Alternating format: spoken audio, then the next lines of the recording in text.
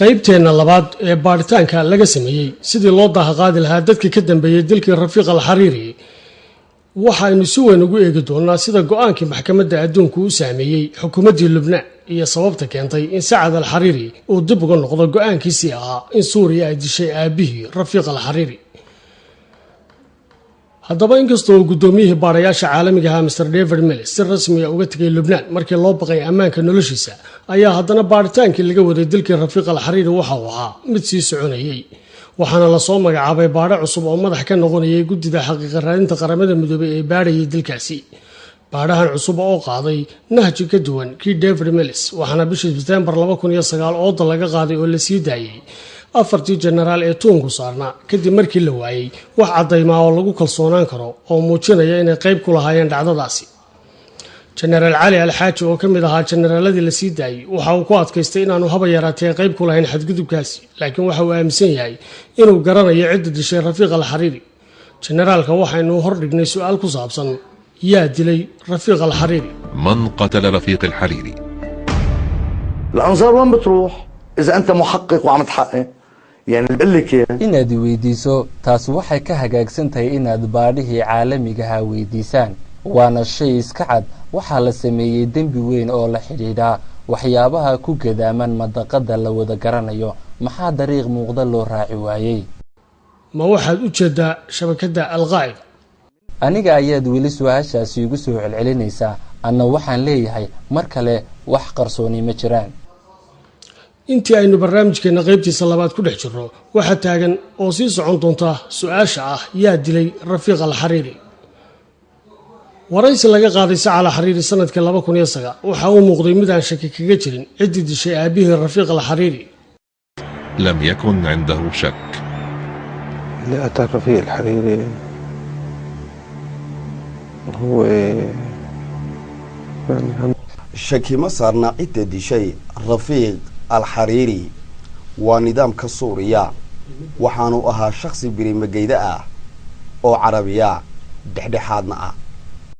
haddaba maxaa keenay Saad al-Hariri uu dib uga noqdo tuhunkiisa ku saabsanaa in Suuriya ay dishay aabihii su'aashan iyo kuwa kaleba jawaabahooda waxaynu heli doonaa inta aynu dhex qaadino qaybta labaad ee barnaamijkeena ku saabsan baaritaanka dadkii ka dambeeyay dilkii Rafiiq al-Hariri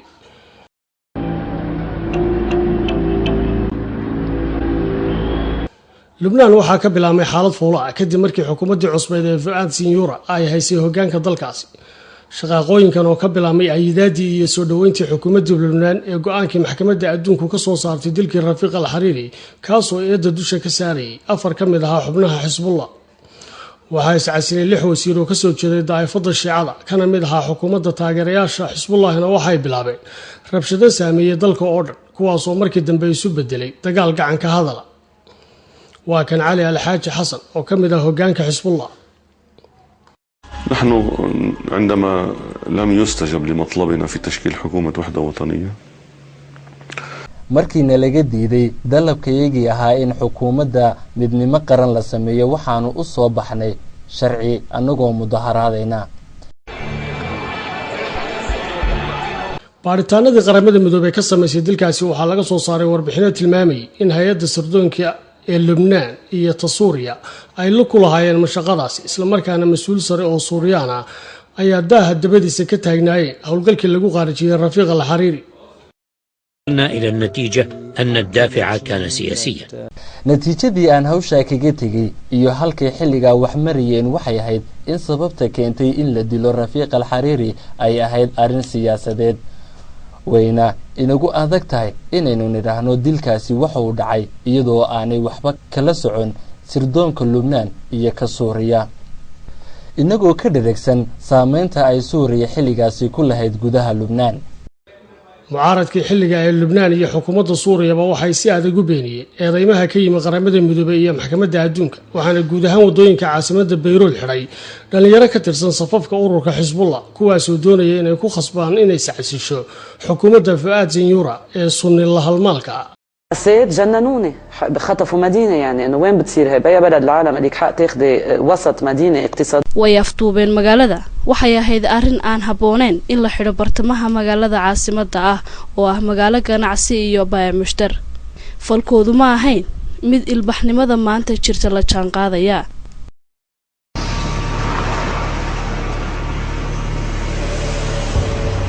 muddo sanad iyo badha golaha wasiirada ee Lubnaan waxay ahaayeen kuwa hadidaadi ku socotay waxayna hoy ka dhigteen qasriga ra'iisul wasaaraha oo ay dhammaantood deganaayeen halka ay xubnaha baarlamaankuna degeen hotel ku yaala magaalada Beirut markii loo baqay ammaankooda cadaadisna kaga imanayay dhanka Xisbullah laba toddobaad oo kaliya markii ay mudaharaadada laga soo horjeedo go'aankii maxkamadda adduunku ka bilaabeen dalkaasi gaar ahaan caasimadda Beirut ayaa waxaa qarax lala beegsaday laba gaari oo basas ah goor dambana madaxii baarayaasha maxalliga ee dalkaasi Zayd Usaama Ciid oo ahaa sarkaalkii ka shafay xidhiidhkii telefoon ay isticmaaleen dilayaasha Rafiiq al-Hariri ayaa baadhis ku sameeyay qaraxan dambe ee labada bas isaga oo banaanka soo dhigay labadii shakhsi ee qaraxaasi ka dambeeyay waa kan madaxii amniga gudaha General Reef oo ka warbixinaya shaqadii uu qabtay Usaama Ciid التواصل كيف تحركوا جغرافيا وكيف راحوا اثنين سوا بأوقات فرق عن بعض البعض على نفس المحل قدر وسام عيد يحدد الشبكة اللي هي عم تتواصل مع بعضها wuxuu helay sidii ay telefoonada ugu wada hadlayeen iyo sidii mar walba u wadeen xidhiidhka dhexdooda ah juqraafi ahaan sidii ay u socdeen ama u dhaqdhaqaaqayeen dadkii ay la macmiilayeen iyo waqtiyadii ay iyagu kulmi jireen oo ay soo raacdo goobihii ay ku kulmi jireen Usaama Ciid wuxuu calaamadiyay sida ay shabakadaasi u wada socdeen بعض الحلقة هنا قادت إلى طرابلس شمال لبنان dhanka waqooyi ee wadanka Lubnaan gaar ahaan magaalada Trabulus kooxda Fathul Islam waxay xilliga ahayd mid qarsoodi kaga howlgalaysay daartan oo ku taala jidka 200 dhismahana waxa isku xeeray goor dambe ciidanka militariga iyo xogaga amniga gudaha شعرنا انه هذا التنظيم بلش يكبر حضوره بقلب المدينة خفنا ما يكون في حال اذا تاخرنا waxay u muuqatay inaanu yara habsaanay ciidan ahaan inkastoo aanu ka dheregsanay khibradna u lahayn dagaalka magaalooyinka goor hore oo subaxnimo ciidamadu waxay u dhaceen dhismahaasi waxaana ka bilaabmay howlgalkii ciidamada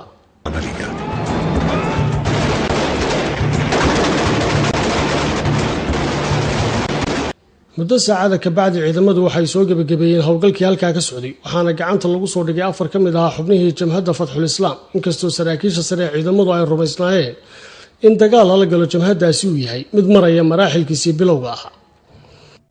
فقط ب200 ونعرف حالا انه وجودهم الاساسي هو بمخيم نهر البريد كنا متوقعين يتحرك dabeecadda meesha ka jirta ayaanu si wacan u qiyaasanay oo inaan dagaal ku sidaasi ku dhamaanayn waanu la soconay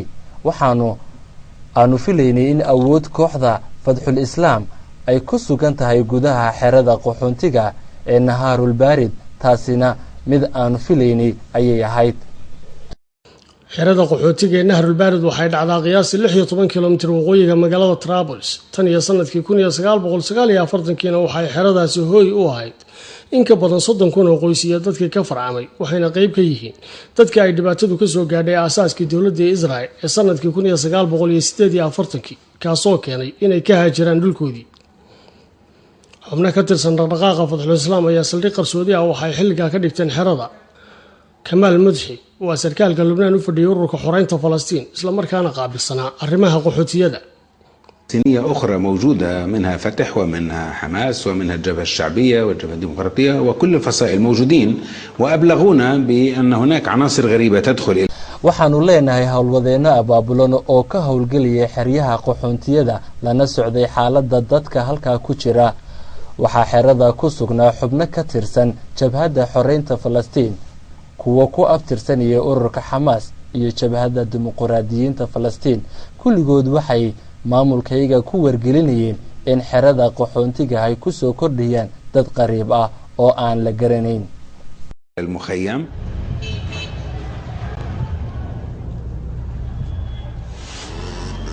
duleedka irida laga galay xeradaasi waxaa iyana ku yaalay saldhig yar oo ay adeegsanayeen militariga wadanka Lubnaan xubno ka tirsan kooxda Fathul Islam ayaa soo weeraray saldhigaasi waxaana ay si fool xun u dileen 10 askari oo goobtaasi joogay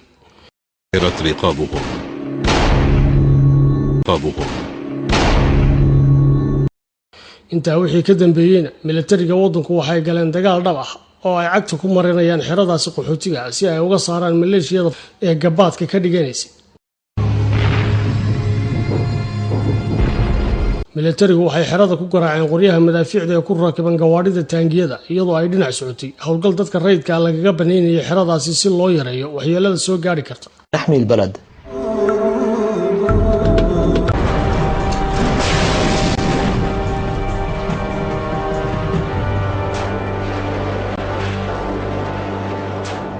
أنا أول يوم لما أنا كنت بعدني موجودة بالبيت إجت قذيفة عنا على البيت، أول وحدة إجت الخزان انفتح بالنص، رجعت تاني قذيفة إجت واجهت البيت كلها. maalintii ugu horeysay waxaan maqlay sanqadh weyn. sanqadhaasi waxay ahayd gurigayga oo dhan. waxaa isfuray makiinadii dharka.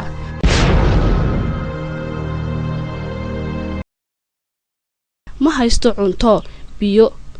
ma wato warqad aqoonsi. haddaan meelan u bixi lahaa dharna waxaan ka sitaa bijaamihii aan gashanaa oo keliya. بطل في أكل وبطل في شرب، انقطع عننا الأكل. جيت اضطريت طلعت ما يعني ما أي شيء.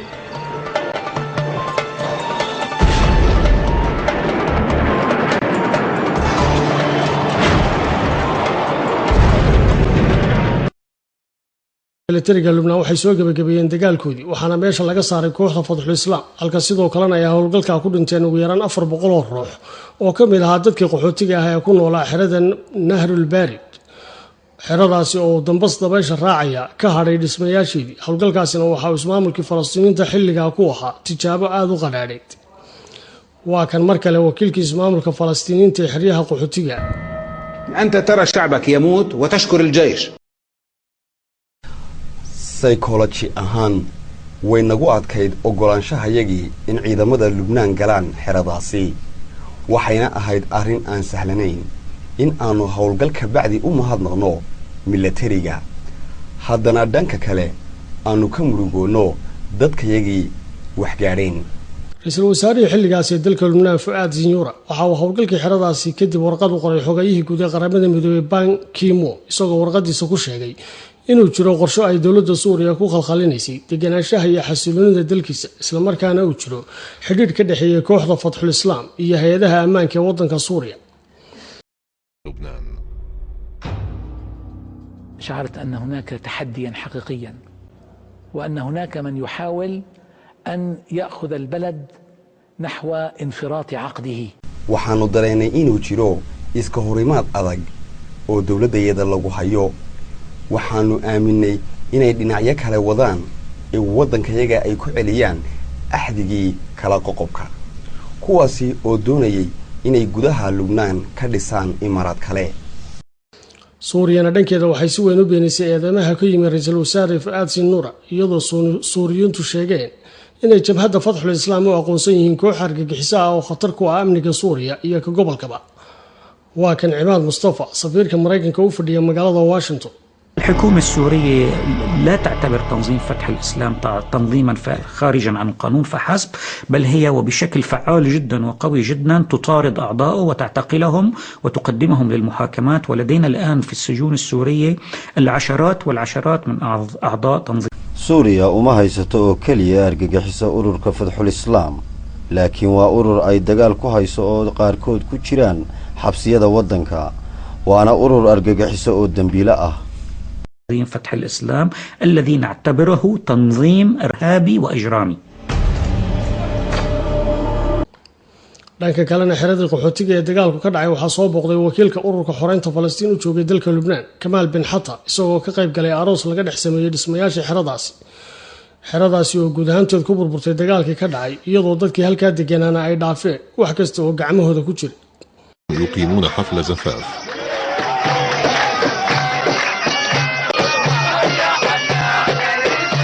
وهذا الشاب لا يوجد لديه بنطلون وقميص. inanka caruuska ahaa ma haysan khamiis iyo surwaal. waxaan ku dhaaranayaa waxa uu xidhnaa dharkii bijaamaha ee hurdada. waxa lagu hooyay guri dumay oo gubtay waxaana gadhka loogu xiray xafladda dhexdeeda. anoo ka dharagsan inaanay jirin wax gacmihiisa ku jiray ayaan siiyey waxoogaa $200 ah. waxaan hoos ugu yidhi tan waa hadiyad ku gaar ah. ببضعة مئات من الدولارات وقلت له يعني هذه هديتي لك، بأنه بعد ذلك تأتي بدلة جديدة ويلبسوا هذه البدلة، وأنا فوجئت أصبح منظر جميل جدا. intaa ka bacdi maalintii labaad ee arooska waxa uu xidhnaa dhar qurux badan waxaanu u muuqday inuu caruus yahay. عريس صار عريس.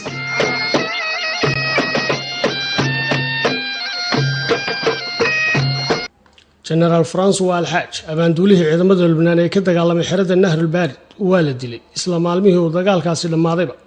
bishii janawari 2008na usaame ciid oo baaritaanka dilka jenaraalka u tegay kaamka nahrulbaarid ayaa isna lala beegsaday gaari laga buuxiyey waxyaabaha qarxa laguna dilay korneyl usaame ciid oo ahaa madaxii isgaadhsiinta ee ciidanka amniga gudaha islamarkaana ahaa sarkaalkii daaha qaaday shabakadii isgaadhsiineed ee loo isticmaalay dilkii rafiiq alxariiri.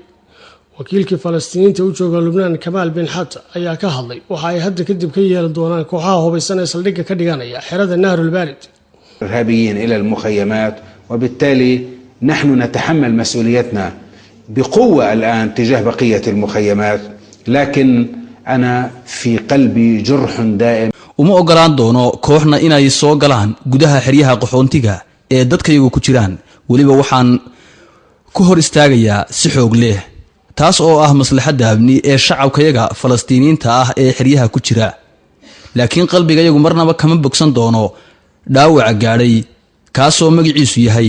nahrul baarid iyo wixii ka dhacay.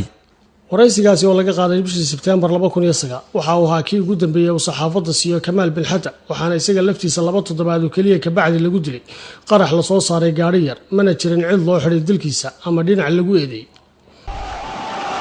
أو مدحت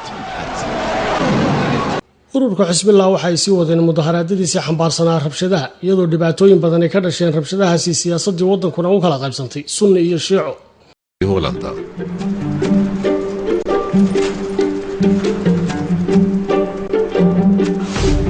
bishii March 2009 maxkamadda gaarka u ahayd dilayaashii Rafiiq al-Xariiri waxay hawsheeda si rasmi ah uga bilowday magaalada Lahay ee dalka Netherland.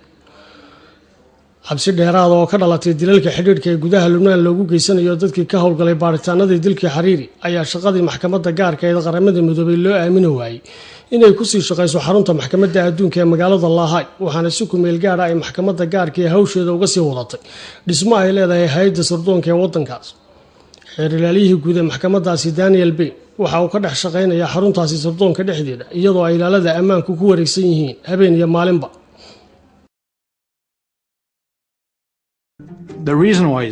سبب الخطورة هو طبيعة من نلاحقه.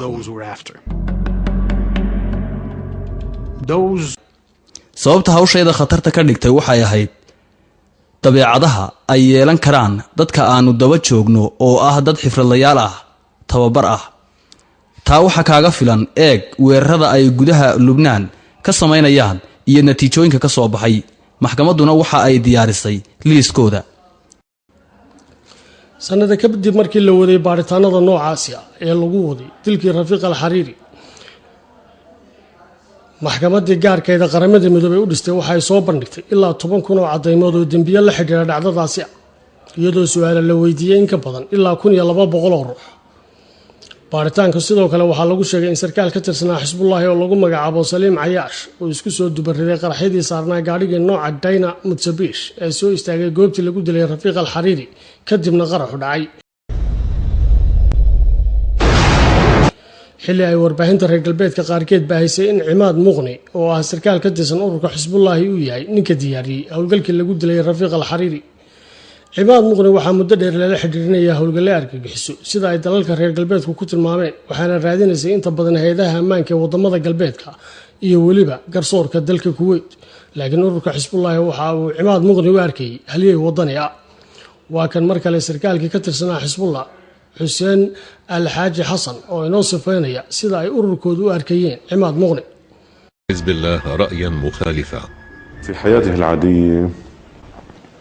إنسان ككل البشر ومميز. waxa uu ahaa qof insaan ah oo dadnimadiisa ku kalsoon isla markaasina is-aaminsan. sanadkii 2005 xilligii uu dhacay howlgalkii lagu qaarajiyay Xariiri, Cimaad Muqni waxa uu ku sugnaa gudaha Suuriya isagoo ammaankiisa ay u xil saarneyd xukuumaddu. annagu dhinacayaga aad baan ugu faraxsannahay habdhaqanka Cimaad Muqni sababtoo ah waxa uu ahaa abaanduule ka mid ah hoggaanka kooxaha wax iska caabinta ee reer Lubnaan arrinta ku saabsan inaannu magangelyo ka siinay dimashik ma ahayn mid aannu iska ciilkaambiyayno laakiin waa mid aannu ku faraxsannahay 18 bishii February sanadka 2008 Cimaad Muqni waxa uu korayay gaadhigiisa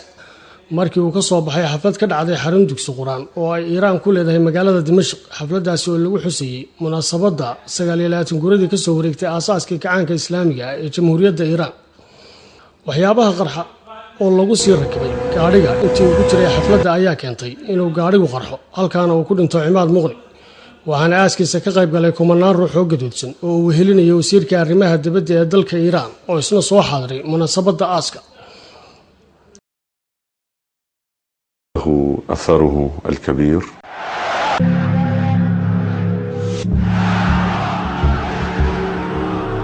inkastoo aanay jirin cid sheegatay dilka Cimaad Muqni haddana mas'uulka ka tirsanaa wasaaradda arrimaha dibadda ee dalka Mareykanka waxa uu xilligaas sheegay inuu og yahay cidda ka dambeysay dilkiisa.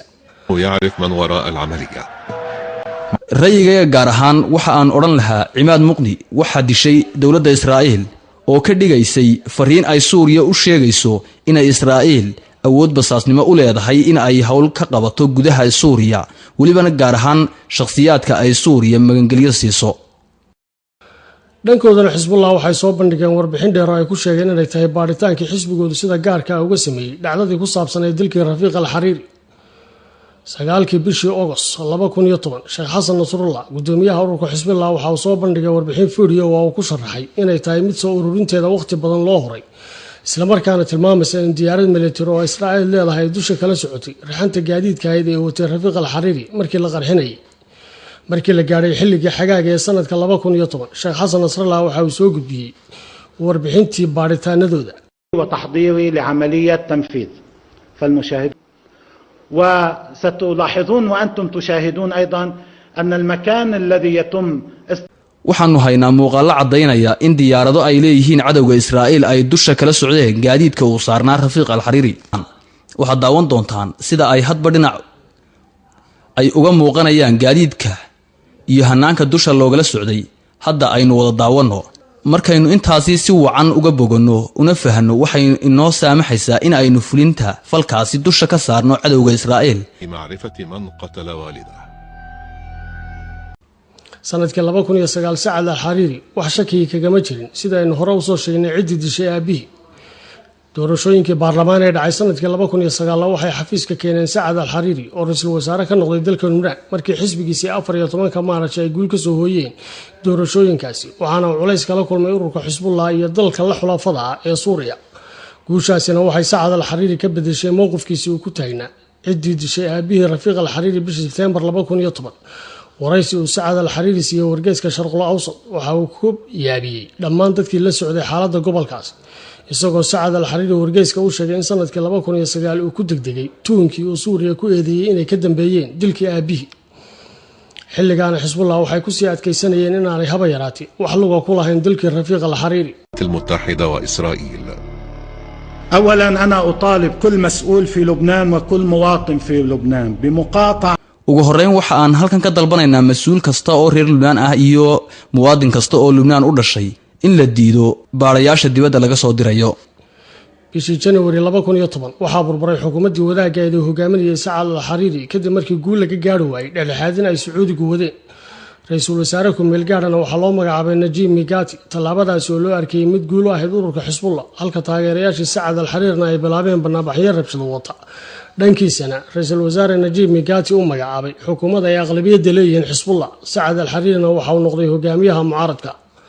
sanadkii 2011 maxkamaddii u gaarka ah dilayaasha Rafiiq al-Xariiri waxay falkaasi ku eedaysay 4 xubnood oo ka tirsan ururka Xisbullah kuwaas oo ay ka mid ahaayeen Saliim Cayaash iyo Mustafa Badruddin oo ku xigeen ka ahaa abaanduulaha howlgallada gaarka ee ciidanka Xisbullah. inkastoo ururka Xisbullah ay ku dhawaaqeen in mid ka mid ah 4taas xubnood u ogolaan doonin in loo gacan geliyo maxkamadda. baarista lagu hayo in la daaha qaado isla markaana cadaaladda la horgeeyo dadkii ka dambeeyay dilkii Rafiiq al-Xariiri waxay tahay mid furan oo aan la ogeyn xilliga laga gaari doono natiijo wax ku ola. الاغتيال.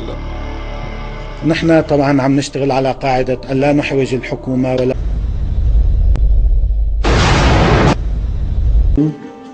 وفي قفص الاتهام